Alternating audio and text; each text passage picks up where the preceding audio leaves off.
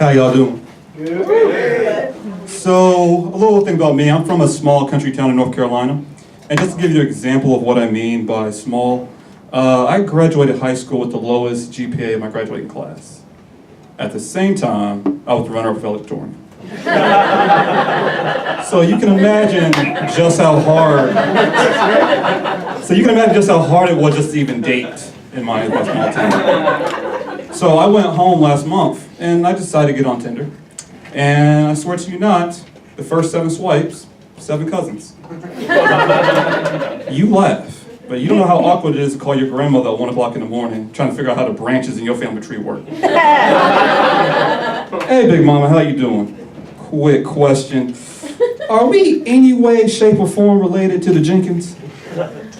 What does twice removed actually mean? Like on a spectrum between Hills Have Eyes, Cyclops babies, and Woody Allen, where do we fit? I don't want my uncles blaming me for bringing West Virginia to the family reunion. But like I said, but I'm glad to be from North Carolina. I'm glad to represent North Carolina because it taught me a little thing about Southern hospitality. And you could imagine how awkward it was for me coming from a place where a kid's first word is God bless you, to come to DC where everyone is so goddamn mean. Like it must be something in the water because I swear to you not, my best friend just had a baby. And the baby came out the womb with brass knuckles on. Like the baby didn't even cry. Like the baby looked like an infant DMX.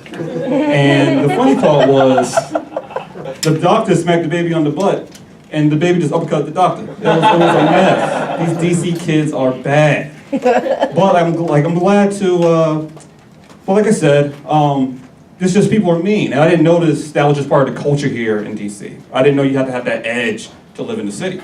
I didn't learn that until like my first trip, like just exploring DC by myself. So you can imagine a new kid on the block, looking at your high dollar apartments, your millions of museums, all the statues and monuments of our nation's best presidents and slave owners. I get off the metro, I'm on the escalator now, and all of a sudden I get elbowed in the rib cage by this older white lady in this huge Confederate flag shirt. And I will never forget what she said to me. She was like, "Get out of my way! You don't belong here." I was just like, damn, that was abrupt. But so when that happened, I'm looking around like who's gonna help me solve this racial injustice problem? Who's gonna be my hero in my time of need? And just for that moment, there was this older black lady standing right behind me. And when I mean old, she was fucking old. She looked like she taught Harriet Tubman how to run. She was majestic.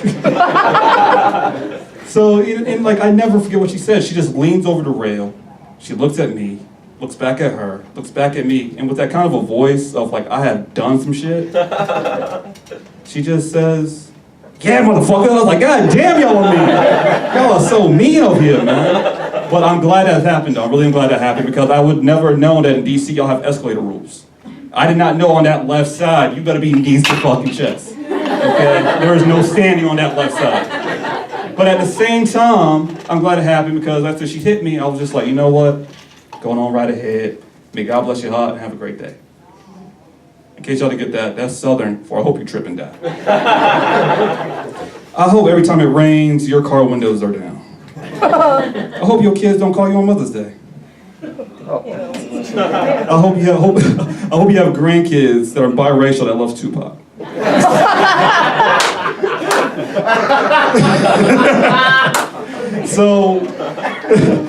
But one thing I did learn about being in DC is the relationship culture is different between the DMV and the Carolinas.